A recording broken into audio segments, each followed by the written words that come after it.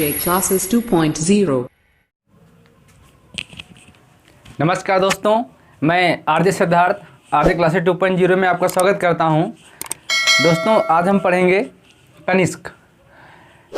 कनिष्क में देखते हैं दोस्तों, इसने एक संवत चलाया, उसको देखेंगे, साम्राज्य विस्तार देखेंगे, विद्वान देखेंगे, निर्माण देखेंगे। और कनिष्क से पहले मित्रों कुजुल कटफिसस, बिम कटफिसस हम लोगों ने देख लिया था। कनिष्क बहुत महत्वपूर्ण शासक है कुषाण वंश का। इसकी कुछ उपाधियां देखेंगे और अंतर्राष्ट्रीय साम्राज्य का विस्तार, ये प्रथम शासक है जो अंतर्राष्ट्रीय साम्राज्य का विस्तार करता है, इस पर भी चर्चा करेंगे। तो आइए मित्रों देखते हैं कनिष्क के बारे में। पहला पॉइंट मैंने आपको बताया कि अंतर्राष्ट्रीय साम्राज्य का ये विस्तार करता है, तो कहाँ से कहाँ तक था, तो इस पर थोड़ा चर्चा कर लेते हैं। मान लीजिए मित्रों ये भारत है, ये भारत हो गया,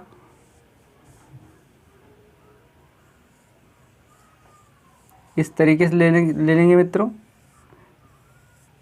ये भारत हो गया मित्रों। तो मैंने कुषाणों का आगमन आपको पढ़ाया है। उसी क्रम में यदि बात करें तो ये अफगान, ईरान से लेकर के इस तरीके से कुषाण का साम्राज्य था, इस तरीके से यहाँ तक शासन था, इस तरीके से मित्रों यहाँ तक था। तो ये वाला जो हिस्सा देख रहे हैं, तो इधर भारत से लेकर के इधर ईरान, अफगान, पाकिस्तान जो आज है वर्तमान में, और दक्षिण भारत तक मित्रों देख रहे हैं। सातवाहन भी हमने देखा, अब कुषाणों में देखा, तो दक्षिण भारत तक, मतलब भारत से लेकर के और कई भारत तक, यहाँ तक कि मित्रों ये कैस्पियन सागर तक की बात यदि हम कर लें तो वहाँ तक इसके साक्ष्य मिलते हैं। और यूरोप में भी इसका व्यापार संबंध बहुत अच्छा था, वहाँ तक साक्ष्य मिलते हैं। तो बात करता हूँ कि अंतर्राष्ट्रीय साम्राज्य स्थापना का यदि किसी को श्रेय जाता है तो कनिष्क को जाता है। ये भी मित्रों हम देखेंगे और बहुत महत्वपूर्ण पॉइंट है। कनिष्क का जो राज्याभिषेक होता है ये 78 एडी में होता है, 78 एडी में होता है। एक ये महत्वपूर्ण है, कनिष्क का जो राज्याभिषेक है 78 एडी में है। तो इसको हम शक संवत के नाम से जानते हैं, ये खूब पूछा जाता है, शक संवत के नाम से जानते हैं, ये खूब पूछा। मैंने आपको कई सारे संवत बताए हैं, सारे संवतों का जो समय है याद कर लेंगे। और ये खूब पूछे जाते हैं, मिलान करने के लिए कभी कभार आता है, कभी कौन सा संवत किसके समय में चला ये भी पूछा जाता है। अभी गुप्त रह गया है, जब गुप्त काल में पढ़ाऊंगा तो गुप्त के जो संवत बताऊंगा, उसके बाद मैं सारे संवतों पर बात करूंगा मित्रों। तो आइए आप कनिष्क के बारे में हम देखते हैं विस्तार से। यदि बात करें कनिष्क, तो कनिष्क ऐसा शासक है जिसने सर्वप्रथम अंतर्राष्ट्रीय साम्राज्य का विस्तार किया। अंतर्राष्ट्रीय साम्राज्य का विस्तार किया, अंतर्राष्ट्रीय साम्राज्य का विस्तार किया। बहुत अच्छा पॉइंट है, बहुत महत्वपूर्ण पॉइंट है कि कनिष्क सर्वप्रथम अंतर्राष्ट्रीय साम्राज्य का विस्तार किया। इस पर चर्चा करेंगे, कहाँ से कहाँ तक था। यदि इस पर हम विचार करें तो जो जनरली है जहाँ पर इसने शासन किया या अपने किले बनवाए या जहाँ पर ये आवागमन इसका रहा, तो बात करें अफगानिस्तान, अफगानिस्तान है, कश्मीर है, ये तो पड़ोसी हैं। अफगानिस्तान है, कश्मीर है, पाटलिपुत्र है, सिंध है, जिसको जीता था, सिंध है और पाटलिपुत्र है, सिंध और पाटलिपुत्र है। इस पर चर्चा करें, अफगानिस्तान हो गया, कश्मीर हो गया, सिंध हो गया, पाटलिपुत्र हो गया, इन पर ये कब्जा करता है या अपना कह सकते हैं राज्य विस्तार करता है। सबसे महत्वपूर्ण पॉइंट है, पूछ लेता है कि इनमें से कौन है जहाँ पर इसका कब्जा नहीं था या इसका साम्राज्य नहीं था। एक पॉइंट ये मित्रों देख लेते हैं। कनिष्क का एक रबतक अभिलेख है मित्रों, बहुत महत्वपूर्ण है, ये खूब पूछा जाता है। कनिष्क का रबतक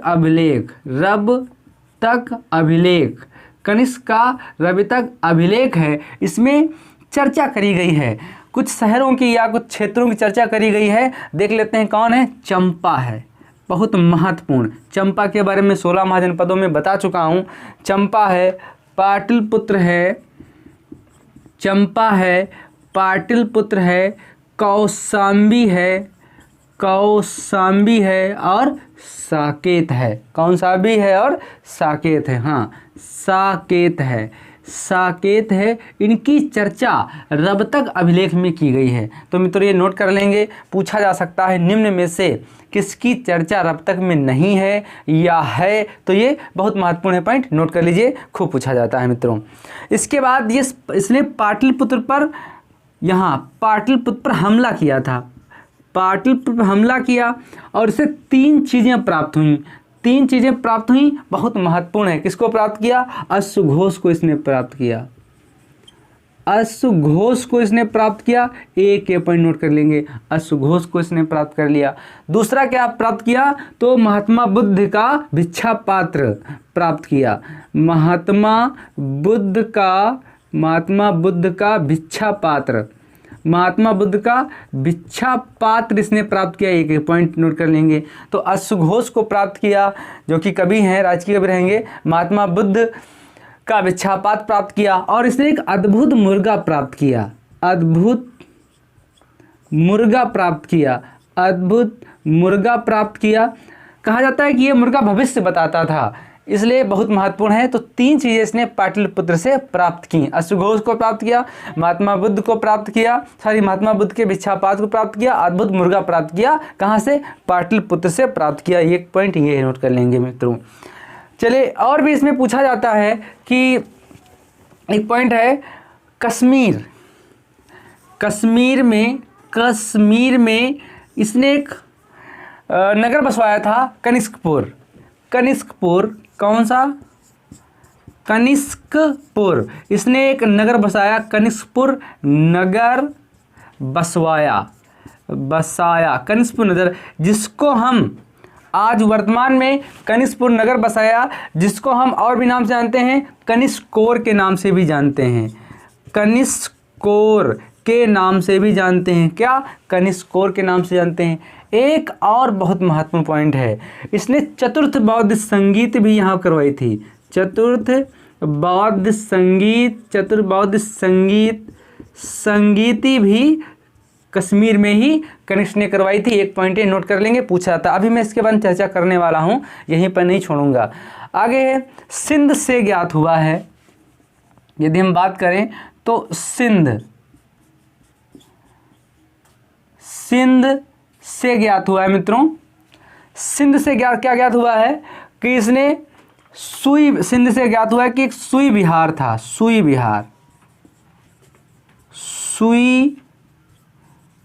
विहार था। कौन सा विहार था? सुई विहार था। तो सिंध से प्राप्त हुआ है, एक ये सुई विहार था। इसने यहाँ से सुई विहार से पता चलता है कि सिंध की विजय की थी, ये पॉइंट मित्रों है। सुई विहार से पता चलता है कि इसने सिंध विजय की थी, ये पॉइंट नोट कर लीजिए, बहुत महत्वपूर्ण है। या तो कि इसने सिंध पर विजय की थी, हाँ बस इतना ही महत्वपूर्ण है। चलिए आगे देखता हूँ, इसको मिटा रहा हूँ, स्क्रीनशॉट आप ले लीजिए। ये मित्रों बिल्कुल राइट है कि सुई विहार से ज्ञात हुआ, इसने सिंध की विजय की थी, थोड़ा मैं कन्फ्यूज हो गया था। ठीक, आगे नोट करते हैं मित्रों, बहुत महत्वपूर्ण पॉइंट बताऊंगा, सारे एग्जाम के दृष्टिकोण से जो महत्वपूर्ण है उन पर ही चर्चा करने वाला हूं मित्रों। अब देखिए, मैंने आपको बताया कि सर्वप्रथम इसने अंतर्राष्ट्रीय व्यापार की स्थापना की, सर्वप्रथम इसने अंतर्राष्ट्रीय व्यापार या अंतर्राष्ट्रीय व्यापार तो था, अंतर्राष्ट्रीय साम्राज्य की स्थापना की, जो कि दूर दराज देशों तक फैला हुआ था। अंतर्राष्ट्रीय साम्राज्य की स्थापना की, एक पॉइंट ये। और देख लेते हैं कि ये कहाँ से कहाँ तक था। तो सिल्क रूट पर इसने कब्जा कर लिया, सिल्क रूट या रेशम मार्ग पर कब्जा कर लिया, सिल्क रूट या रेशम मार्ग पर इसने कब्जा कर लिया। एक के पॉइंट मित्रों नोट कर लेंगे। ये कहाँ से कहाँ तक जाता था, तो यदि मैं चर्चा करूं तो देखिए कैसे चर्चा कर रहा हूं। इस पर यदि हम चर्चा करें तो इस तरीके से ये था, इस तरीके से ये था मित्रों, और इस तरीके से एशिया में हम मान लेते हैं, तो मानते हैं ये यहाँ पर चीन है, ये चीन है, और ये यहाँ से इस तरीके से एक रूट जा रहा है जो कि कैस्पियन सागर तक जाएगा। एक कब था, दूसरा एक यहाँ से इस तरीके से जा रहा है जो कि ये कैस्पियन सागर से रोम तक जाता है, रोम या यूरोप तक जा रहा है, यूरोप तक जा रहा है, ये रेशम मार्ग। चीन ने इसको चलाने की दोबारा पहल की थी। दूसरा यदि हम बात करें तो ये इधर काला सागर तक जाता है।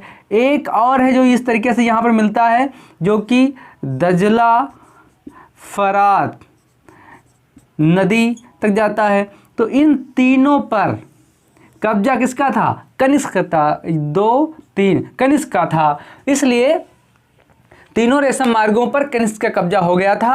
और इस तरीके से ये रेशम मार्ग चीन से निकलता था। चीन से अफ्रीका है, बहुत सारे देश हैं, ये अमेरिका तक जाने की बात कही चल रही थी तब, और आज भी चीन चाहता है कि इस मार्ग को दोबारा चलाया जाए, और इस पर बहस कई बार चर्चाएं हुई हैं। तो आगे मित्रों हम चर्चा कर लेते हैं, बहुत महत्वपूर्ण पॉइंट है। रेशम मार्ग क्लियर हो गया, कहाँ से कहाँ तक जाता था ये भी क्लियर हो गया। फिर देखते हैं कनिष्क की राजधानी। कनिष्क की राजधानी देख लेता हूँ। राजधानी बहुत पूछा जाता है, 2 राजधानियों पर हम चर्चा करेंगे कनिष्क की। एक पेशावर है, कौन सी है? पेशावर, जिसको पुरुषपुर के नाम से जानता था। पेशावर या पुरुषपुर के नाम से जाना जाता था, एक है। दूसरी मथुरा है। क्या है? मथुरा है। मथुरा है, इस यहाँ पर देवकुल इसने बसवाया था। देवकुल, ये मथुरा देवकुल के नाम से यहीं बसवाया, फिर देवकुल के नाम से जाना गया। एक पॉइंट ये मित्रों पूछ लेते हैं। और यहाँ पर 13 मंजिला टावर बनवाया गया है। एक पॉइंट ये 13 मंजिला टावर, और ये कितना है? तो 400 फीट का है। अंगिरस के द्वारा ये बनवाया गया था, अंगिरस के द्वारा। एक पॉइंट ये नोट कर लेंगे। चलो, संघाराम विहार बनवाया गया मित्रों, ये चलो ठीक है। राजधानी में क्या है? 13 फुट, और यहाँ पर 13 फुट ही हो गया। एक और बनवाया गया यहाँ पर संघाराम विहार। संघाराम विहार, ये पॉइंट में तो नोट करिए। संघाराम विहार, इसको अंगिरस के द्वारा बनवाया गया था। अंगिरस, इसको अंगिरस के द्वारा बनवाया गया, ये पॉइंट है। तो पेशावर में इसने 13 मंजिला टावर, उस समय में तो बहुत बड़ी बात है कि 13 मंजिला टावर बना था 400 फीट का, उस समय की बात सोचिए। आज संघाराम विहार, ये विहार तो बनाया जा सकता है, लेकिन टावर उस समय बनाना जब संसाधन नहीं थे, 13 मंजिला बहुत बड़ी बात है। तो 13 मंजिला टावर इसने बनाया जो कि 400 फीट का था। संघाराम विहार बनवाया जो कि अंगिरस से बनवाया था। एक पॉइंट है। मथुरा में देखिए क्या हुआ, यहाँ पर बुद्ध की मूर्ति बनवाई थी। बुद्ध की मूर्ति बनवाई थी। एक पॉइंट ये नोट कर लेंगे, बुद्ध की मूर्ति। और यहाँ पर देवकुल में क्या हुआ? 2 मूर्तियाँ और बनवाई। एक स्वयं की मूर्ति बनवाई, दूसरी अपने पिता की मूर्ति बनवाई। पिता का नाम तो आप जानते हैं, बिम कडफिसस। कहीं कडफिसज भी लिखा है, कोई दिक्कत नहीं। तो बिम कडफिसज की मूर्ति बनवाई और स्वयं की मूर्ति बनवाई। विशेष तो इसमें यह है कि इन दोनों मूर्तियों में रोमन कपड़े हैं, रोमन कपड़े पहने हुए हैं। रोमन कपड़े का मतलब है कोट पैंट है, और टाई भी है, और टोपी है, छड़ी भी दिखाया गया है, शायद ये है। तो उस समय ये बहुत बड़ी बात है कि टोपी पहने हुए कोई मूर्ति यहाँ पर बनवाई गई है। तो ये साक्ष्य यहाँ से प्राप्त हुए हैं मथुरा देवकुल से, ये पॉइंट नोट कर लेंगे, बहुत महत्वपूर्ण है। चलिए आगे देखता हूँ, निर्माण कार्य कनिष्क के देख लेते हैं। ये बहुत महत्वपूर्ण है, पूछा जाता है क्या क्या इसने बनवाया है। कनिष्क के निर्माण कार्य, कनिष्क के निर्माण कार्य देख लेते हैं। इसके निर्माण कार्य कनिष्क के क्या क्या कनिष्क ने बनवाया, ये पूछा जा सकता है। तो इसने तक्षशिला में एक शहर बसवाया था। तक्षशिला में एक शहर बसवाया, कौन? सिरकप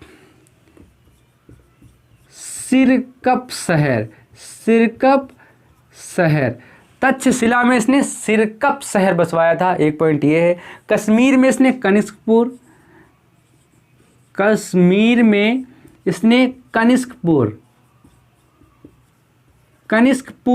या कनिष्क कोर के नाम से जाना जाता है। कनिष्क कोर के नाम से जाना जाता है। ये 2 शहर बसवाए, एक पॉइंट ही नोट कर लें, कनिष्कपुर और सिरकपपुर, ये 2 शहर इसने बसवाए थे। मथुरा में इसने देवकुल की स्थापना करवाई। एक ये पॉइंट बहुत महत्वपूर्ण है। पेशावर राजधानी, अपनी राजधानी बनवाई इसने, राजधानी पेशावर, पेशावर, ये 1.2 है, राजधानी पेशावर। और पेशावर में क्या, पेशावर में 13 मंजिला टावर बनवाया था, 1 पॉइंट ये है। और यवन स्थापत का, हाँ बस यही नोट कर लें कि यहाँ पर 13 मंजिला टावर, 13 मंजिला टावर बनवाया था जो कि 400 फीट का है। और यवन स्थापत का अंगिरस हैं, उनके द्वारा संगाराम विहार बनवाया गया था, 1 पॉइंट ये नोट कर लेंगे। तो ये निर्माण कार्य इतना पूरा होता है, बस इतने इसने करवाया जो महत्वपूर्ण है। अब इनके विद्वान बहुत महत्वपूर्ण हैं जो पूछे जाते हैं मित्रों। विद्वान आप नोट कर लीजिए, कनिष्क के दरबार में कुछ विद्वान थे। तो कनिष्क के दरबार में कौन है, कुछ विद्वान हैं, ये बहुत महत्वपूर्ण है। विद्वानों के बिना तो सवाल ही नहीं बनता मित्रों। कनिष्क के विद्वान हैं, अब कौन कौन है, तो राजकी कवि अश्वघोष हैं, राजकी कवि अश्वघोष, अश्वघोष हैं राजकी कवि, बहुत महत्वपूर्ण पॉइंट। राजकी कवि कौन है, अश्वघोष हैं। इनको कहाँ से प्राप्त किया था, तो इनको पाटिल से प्राप्त किया था। पाटलिपुत्र जब उसने हमला किया कनिष्क ने, तो अश्वघोष को प्राप्त किया था। ये राजकी कवि हैं। और इन्होंने कुछ पुस्तकें भी लिखी हैं, इन्होंने पुस्तकें भी लिखी हैं। महत्वपूर्ण तो ये है, पुस्तकें लिखी हैं, उन पुस्तकों के नाम क्या हैं ये जानना बहुत जरूरी है। तो नाम यदि बात करें, बुद्ध चरित्र, बुद्ध चरित्र एक ये पुस्तक है, बुद्ध चरित्र। सारपुत्र ये भी है, सारपुत्र, सारपुत्र ये भी है, बुद्ध चरित्र हो गया। सारपुत्र प्रकरण पूरा नाम है, सारपुत्र प्रकरण, बुद्ध चरित्र। हाँ, और सौंदरानंद,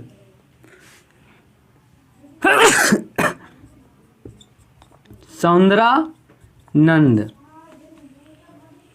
तो बुद्ध चरित्र इनकी पुस्तकें भी हैं, बुद्ध चरित्र, सारपुत्र प्रकरण, सौंदरानंद, ये इनकी 3 पुस्तकें हैं मित्रों जो खूब पूछी जाती हैं।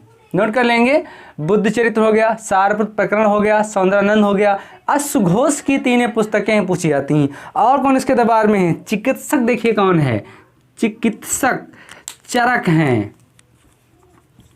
चिकित्सक कौन है इसके दरबार में, चरक हैं। 1 पॉइंट ये चरक, चरक किसके दरबार में थे, तो कनिष्क के दरबार में। 1 पॉइंट। पुरोहित संरक्षक हैं, देखिए पुरोहित कौन इसके दरबार में है, पुरोहित, पुरोहित संरक्षक हैं, पुरोहित संरक्षक हैं। 1 पॉइंट ये। चिकित्सक चरक हैं, राजकी कवि हैं, अश्वघोष हैं। और इसके दरबार में नागार्जुन भी हैं, नागार्जुन, नागार्जुन है जो शून्यवाद के जनक हैं, शून्यवाद के जनक, शून्यवाद के जनक नागार्जुन भी इसके दरबार में हैं। 1 पॉइंट ये नोट कर लेंगे मित्रों। अब नागार्जुन को ब्लास्की, नागार्जुन को ब्लास्की ने भारत का आइंस्टीन कहा है, भारत का आइंस्टीन, आइंस्टीन ने कहा है, भारत का आइंस्टीन कहा, जो बहुत विद्वान व्यक्ति हैं। तो भारत का आइंस्टीन किसको कहा, नागार्जुन को। किसने कहा, ब्लास्की ने कहा। ये शून्यवाद के जनक हैं, किसके दरबार में है, तो ये कनिष्क के दरबार में। 1 पॉइंट ये नोट कर लेंगे। वासुमित्र हैं इसके दरबार में, कौन है, वासुमित्र हैं। 1 पॉइंट ये है, वासुमित्र हैं। और वासुमित्र ये चतुर्थ बौद्ध संगीत में अध्यक्ष भी हैं, चतुर्थ बौद्ध संगीत के अध्यक्ष, चतुर्थ बौद्ध संगीत के अध्यक्ष हैं, चतुर्थ बौद्ध संगीत के अध्यक्ष हैं वासुमित्र। चतुर्थ बौद्ध संगीत के अध्यक्ष भी हैं वासुमित्र। 1 पॉइंट नोट कर लेंगे। और पार्श्व भी हैं इनके दरबार में, ये बहुत महत्वपूर्ण। इन्हीं के कहने पर, इन्हीं के कहने पर चतुर्थ बौद्ध संगीत की गई थी। 1 पॉइंट ये नोट कर लेंगे मित्रों। और चलिए पॉइंट ए भी हो गया, एक हो गया। और अश्वघोष, देखिए अश्वघोष बहुत महत्वपूर्ण है। और ये वासुमित्र, ये दोनों आपको बौद्ध चतुर्थ बौद्ध संगीत में मिलेंगे। तो इसमें अश्वघोष जो होंगे वो उपाध्यक्ष हैं, अश्वघोष ये उपाध्यक्ष हैं चतुर्थ बौद्ध संगीत, चतुर्थ बौद्ध संगीत। इसमें ये अश्वघोष अश्वघोष ये उपाध्यक्ष हैं और ये अध्यक्ष हैं वासुमित्र। ये पॉइंट नोट कर लेंगे मित्रों, बहुत महत्वपूर्ण है। चलिए फिर आगे चर्चा करता हूँ।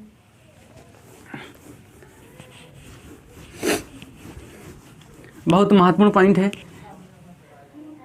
कनिष्क।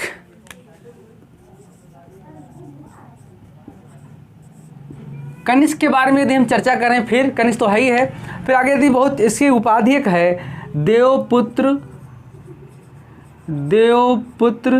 सहानुसाय,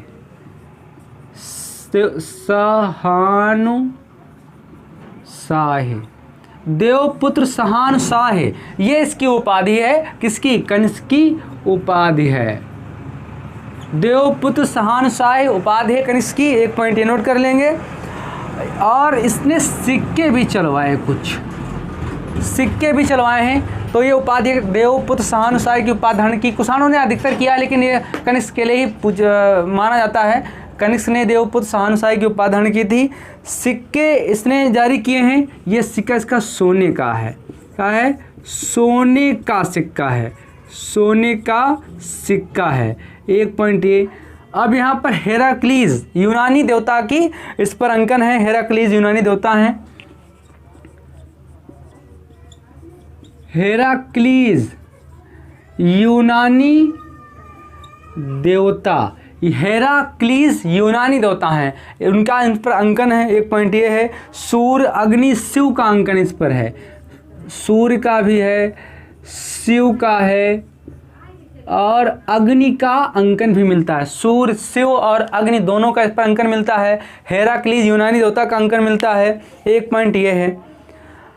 और कुछ सिक्कों पर महात्मा बुद्ध का भी अंकन है। महात्मा बुद्ध का भी अंकन है, बहुत महत्वपूर्ण पॉइंट। ये पॉइंट आप नोट कर लेंगे मित्रों।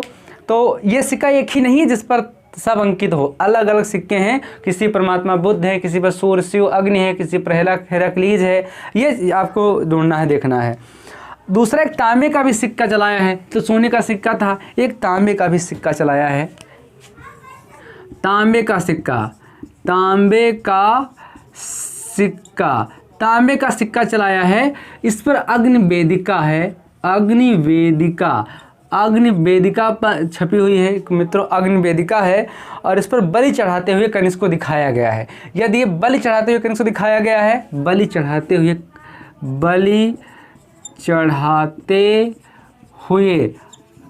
कनिष्क को दिखाया गया है। अग्निवेदिका में वो चढ़ा रहा है, बलि चढ़ा रहा है। तो अग्निवेदिका छपी हुई है, इस पर बलि चढ़ाते हुए कनिष्क को दिखाया गया है। ये तांबे का सिक्का है, बाकी सोने के सिक्के आपको प्राप्त हो जाएंगे। अब चतुर्थ बौद्ध संगीत तो मैं आपको बता चुका हूँ, इसके बारे में भी आप देख लीजिए, बहुत महत्वपूर्ण पॉइंट है मित्रों। चतुर्थ बौद्ध संगीत,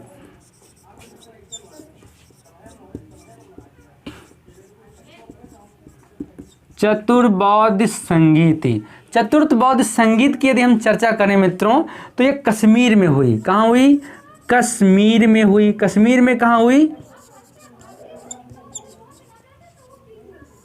कुंडलवन में। चतुर्थ बौद्ध संगीत ये कश्मीर में कहाँ हुई? तो ये कुंडलवन में हुई। इसके अध्यक्ष और उपाध्यक्ष के बारे में देख लेते हैं मित्रों। अध्यक्ष और उपाध्यक्ष के बारे में जब बात करें तो अध्यक्ष वासुमित्र हैं। वासुमित्र हैं। और जो इसको पाटलिपुत्र से मिले थे अश्वघोष, वो उपाध्यक्ष हैं। अश्वघोष इसके उपाध्यक्ष हैं। एक पॉइंट है। इसमें निर्णय क्या लिया गया? निर्णय का हुआ कभी? तो प्रथम शताब्दी लेकर के आता है। प्रथम शताब्दी में बौद्ध संगीत हुई थी। निर्णय क्या लिया गया? जो धर्म है, बौद्ध धर्म है, ये महायान हीनयान में बढ़ जाता है। महायान और हीनयान में बढ़ जाता है। जो महायान धर्म है मित्रों, तो ये समय के अनुसार विचारों को बदल लेते हैं, लेकिन हीनयान ये समय के अनुसार विचारों को नहीं बदलते हैं। हीनयान महायान इनके रीति रिवाज कहाँ हैं, कहाँ पाया जाता है, किन किन देशों में प्रचलित है, ये मैंने बौद्ध धर्म के वीडियो में मैंने पढ़ाया है, आप वहाँ पर देख लेंगे मित्रों, बहुत अच्छा पॉइंट है। तो ये दो शाखाओं में धर्म बढ़ गया, हीनयान महायान। कब? कनिष्क के समय में। ये देखिए, ऐसा कुछ लोग कहते हैं कि बट ये बहुत पहले ही गया था प्रथम बौद्ध संगीत में, लेकिन इसका जिसका संकलन किया गया है, लिपिबद्ध किया गया है, ये कुषाण वंश में कनिष्क के समय में, ऐसा भी लोगों को मानना है। लेकिन आप ये कुछ नहीं पढ़ेंगे, आप सिर्फ यही देखेंगे कि दो धर्मों में, दो भागों में बटा कनिष्क के दरबार में, इतने आपके लिए महत्वपूर्ण है। शैली देख लेता हूँ मित्रों। शैली बहुत महत्वपूर्ण है। इसकी शैली जो थी वो दो भागों में बढ़ जाती है। किसकी? कनिष्क की शैली। एक गंधार शैली है, एक गंधार शैली है, और एक मथुरा शैली है। एक मथुरा शैली है और एक गंधार शैली है। एक मथुरा शैली, एक गंधार शैली है। अब देखिए, जो गंधार शैली है इसमें महात्मा बुद्ध की मूर्ति बनी है। महात्मा बुद्ध की मूर्ति बनी है। इसमें विभिन्न देवी देवताओं की बनी है, विभिन्न मूर्तियाँ बनी हैं, विभिन्न मूर्तियाँ बनी हैं, विभिन्न मूर्तियाँ बनी हैं। एक पॉइंट ये है। लेकिन महात्मा बुद्ध की जो पहली मूर्ति है, महात्मा बुद्ध की जो पहली मूर्ति है वो मथुरा शैली में बनी है। पहली मूर्ति महात्मा बुद्ध की, महात्मा बुद्ध की पहली मूर्ति महात्मा बुद्ध की मथुरा शैली बनी है। लेकिन ज़्यादा सबसे मूर्ति यहाँ पर बनी है। एक पॉइंट ये नोट कर लेंगे मित्रों। यहाँ पर ये मूर्ति, इसका क्षेत्र क्या है, ये कहाँ कहाँ पाई जाती है? तो ये गंधार में पाई जाती है, ये गंधार में पाई जाती है। एक पॉइंट ये तक्षशिला में पाई जाती है। कहाँ? तक्षशिला में पाई जाती। गंधार हो गया, तक्षशिला हो गया, बामियान हो गया, बामियान में पाई जाती है। गंधार, तक्षशिला, बामियान। और जलालाबाद, पेशावर, जलालाबाद और पेशावर, ये गंधार, तक्षशिला, बामियान, जलालाबाद, पेशावर, ये 5 जगहों पर गंधार शैली पाई जाती है।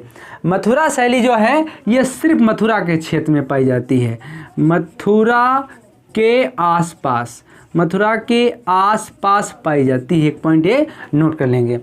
तो मथुरा के आसपास पाई जाती है। और ये गंधार, तक्षशिला, बामियान, जलालाबाद, पेशावर, पाकिस्तान, ईरान, अफगान तक ये फैली हुई है ये शैली, भारत के साथ साथ। तो ये पॉइंट नोट कर लेंगे मित्रों। यहाँ पर लाल बलुआ पत्थर प्रयोग किया गया है। लाल बलुआ पत्थर का प्रयोग हुआ है। यहाँ पर काला स्लेटी पत्थर का प्रयोग हुआ है। लेकिन यहाँ पर ये आपको मथुरा शैली भारत में ज़्यादा मिलेगी। यहाँ पर जब ईरान, अफगान, पाकिस्तान तक गई तो इसमें बहुत सारी शैलियाँ और मिल गईं, जो शैलियाँ उसमें जुड़ गईं, तो इसको मिस्र शैली नाम दिया गया। क्या? मिस्र शैली भी इसको कहा जाता है, मिस्र शैली नाम दिया गया। तो अब देखिए, मिस्र शैली नाम दिया गया तो किस किस नाम से जाना गया है? तो हेलेनिस्टिक शैली, हेलेनिस्टिक शैली एक नाम दिया गया है। हेलेनिस्टिक शैली नाम दिया गया। दूसरा इंडो ग्रीक शैली नाम दिया गया है। हेलेनिस्टिक शैली, इंडो ग्रीक शैली, इंडो रोमन कला नाम भी दिया गया है। इंडो रोमन कला भी नाम दिया गया है। ये गंधार शैली को एक पॉइंट नोट कर लेंगे। तो सबसे ज़्यादा बुद्ध की मूर्तियाँ कहाँ बनी? यहाँ। पहली मूर्ति कहाँ बनी? गंधार, मथुरा शैली में। सबसे ज़्यादा मूर्ति यहाँ बनी है बुद्ध भगवान की, और पहली मूर्ति बुद्ध भगवान की मथुरा शैली में बनी है। ये मथुरा के आसपास है। ये गंधार, तक्षशिला, बामियान, जलालाबाद, पेशावर में है। काला स्लेटी पत्थर यहाँ प्रयोग होता था। यहाँ पर लाल बलुआ पत्थर प्रयोग में हुआ है। और ये मिस्र शैली, गंधार मिस्र शैली के नाम से भी जानी जाती है, और ये मिस्र शैली के नाम से नहीं जानी जाती मित्रों। अब देखिए, और एक यदि हम चर्चा कर लें तो यहाँ पर भगवान बुद्ध की जो मूर्ति बनी या अन्य विभिन्न मूर्तियाँ बनी तो वहाँ पर मोटा कपड़ा पहनाया गया है और पीछे आभा बनाया गया है। लेकिन यहाँ पर पतला झुन्नीदार कपड़ा है और आभा नहीं बनाया गया है। एक पॉइंट ये है। तो आगे अब बात कर लेते हैं। कुछ और शासक हैं, बस 2 मिनट लगेंगे, उनके बारे में भी चर्चा कर लेते हैं, जो एक एक पॉइंट बताते हैं और महत्वपूर्ण पूछे भी जाते हैं। देखिए कौन है? वशिष्ठ को पढ़ना है। कनिष्क के बाद क्या हमने पढ़ना है हमें? वशिष्ठ को पढ़ना है। एक पॉइंट ये। वशिष्ठ के बाद हुबिक्स को पढ़ना है। हुबिक्स देख लेते हैं, बहुत महत्वपूर्ण पॉइंट है, फिर ज़्यादा पढ़ना नहीं है, ठीक। हुबिक्स हो गया, कनिष्क सेकंड हो गया, कनिष्क सेकंड हो गया। एक पॉइंट ये है। तो हुबिक्स, कनिष्क सेकंड हो गया, वासुदेव प्रथम हो गया 1 पॉइंट ए, वासुदेव प्रथम। कनिष्क थर्ड हो गया, कनिष्क थर्ड हो गया 1 पॉइंट ए। और वासुदेव हो गया, कौन हो गया? वासुदेव। ये अंतिम है, ये अंतिम शासक है वासुदेव। आप देखो वशिष्ठ की बात करता हूँ मित्रों। वशिष्ठ एक सिक्का चलाता है। जब एक सिक्का चलाता है तो इस सिक्के में देखो भाई शिव का अंकन है, शिव। स्कंद का है, शिव हो गया, स्कंद का अंकन हो गया, कार्तिकेय का अंकन हो गया। किसका? कार्तिकेय का अंकन हो गया, जिससे ज्ञात हुआ कि ये बौद्ध धर्म को नहीं मानता होगा। ये शैव धर्म को मानने वाला है। किसका? शैव धर्म को मानने वाला है। 1 पॉइंट ये। कौन शासक किस धर्म को मान्यता दे रहा है, ये भी आपको याद करना है मित्रों। तो ये शैव धर्म को मानता है, तो इसके सिक्कों पर शिव, स्कंद और कार्तिकेय का अंकन पाया गया 1 पॉइंट ए। अब देखिए मित्रों, दूसरा यदि महत्वपूर्ण है, हुबिक्स देख लेते हैं। इसकी राजधानी देख लेते हैं। राजधानी मथुरा इसकी राजधानी है। क्या है? मथुरा राजधानी। मथुरा राजधानी है किसकी? हुबिक्स ने बनाई थी मथुरा राजधानी। और कश्मीर में हुबिक्स नामक एक शहर भी बसाया है इसने। कश्मीर में हुबिक्स नामक एक शहर बसवाया है। किसने? हुबिक्स ने। 1 पॉइंट ये। इसने भी एक सिक्का चलाया है। तो ये यहाँ पर सिक्का चलाया जिसपे चतुर्भुजी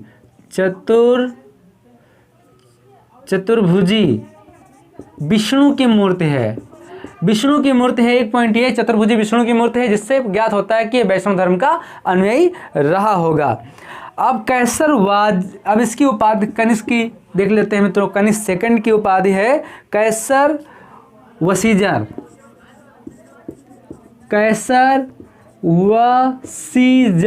कैसर वसीजर एक उपाधि है कनिष्क सेकंड की। वासुदेव के बारे में पढ़ना नहीं है, कनिष्क थर्ड के बारे में पढ़ना नहीं है। और वासुदेव जो अंतिम है, या वासुदेव आपका जो सेकंड हो जाएगा, इसके बारे में पढ़ना है। ये अंतिम शासक है 1 पॉइंट ये मित्र नोट कर लेंगे। और ये वैष्णव धर्म का अनुयायी है। वैष्णव धर्म का अनुयायी है। वैष्णव धर्म का अनुयायी है। 1 पॉइंट ये नोट कर लेना है। और इसने भी एक सिक्का चलाया है। इसने भी सिक्का चलाया है जिस पर शिव और विष्णु का अंकन है। किसका? शिव जी का अंकन है और विष्णु जी का अंकन है। 1 पॉइंट ये नोट कर लेंगे, जिससे प्रतीत होता है कि दोनों की मूर्तियां हैं, तो शिव और विष्णु दोनों को ये मान्यता देता होगा। शैव और धर्म में ये भी जुड़ा होगा मित्रों। तो आज का वीडियो कैसा लगा, आपके लिए कितना महत्वपूर्ण है, मैंने पढ़ाने में जल्दबाजी तो नहीं की है, या और किस तरह के सुधार किया जाए मित्रों, कमेंट करके ज़रूर बताएं। धन्यवाद दोस्तों, नमस्कार।